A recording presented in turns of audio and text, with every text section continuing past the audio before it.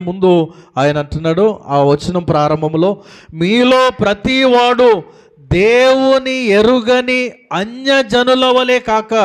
అంటే అన్యజనులు తమ శరీర విషయంలో ఏమి ఆలోచన చేయరు. జాగ్రత్తగా వినండి.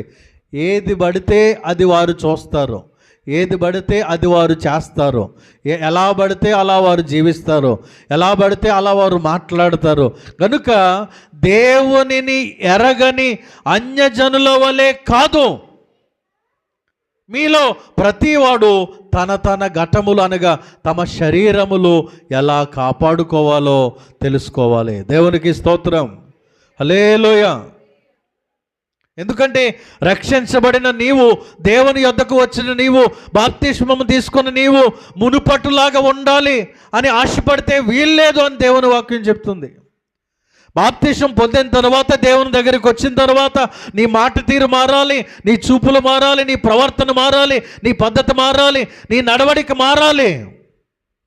నీవు కూడా లోకములో ఉన్న వారి వలె ఉండడానికి వీల్లేదు అని ఖచ్చితంగా బైబిల్ గ్రంథం మనలను హెచ్చరిస్తుంది. ప్రియదేవుని బిడ్డలారా, కనుక ఎలాగా మన ఘటాలను కాపాడుకోవాలి, ఎలాగా మన శరీర అవయవాలను మనము కాపాడుకోవాలి అని కనుక మనం ఆలోచన చేస్తే కొన్ని లేఖనాలు మనం చూసి కొన్ని అవయవాలను జ్ఞాపకం చేసుకుందాం. 1 కొరింథీ 6వ అధ్యాయము 1 కొరింథీ 6వ అధ్యాయము 19-20 వచనాలు.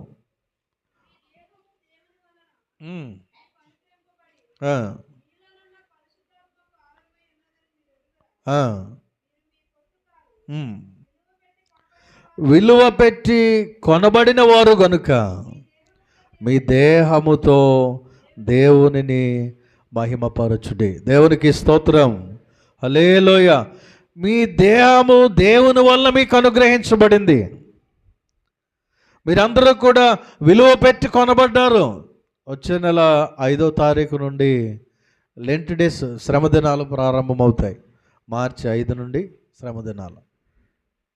ఏం విలువ పెట్టి కొన్నాడు దేవుడు మనల్ని అంటే, తన ప్రాణాన్ని క్రయధనముగా అర్పించి, తన అమూల్యమైనటువంటి రక్తాన్ని ఆయన నీ కొరకు, నా కొరకు, మనందరి పాపముల కొరకు ఆయన విలువ పెట్టినటువంటి తన అమూల్యమైన రక్తాన్ని చిందించి నిన్ను నన్ను కూడా తన కుమారుడిగా, కుమార్తెగా ఆయన కొనుక్కున్నాడు. ప్రియదేవుని బిడ్డలారా, అలా కొనబడినటువంటి నీవో నేను, రక్షించబడినటువంటి నీవో నేను ఏం చేయాలి అంటే, మన దేహముతో దేవునిని మహిమపరచాలి.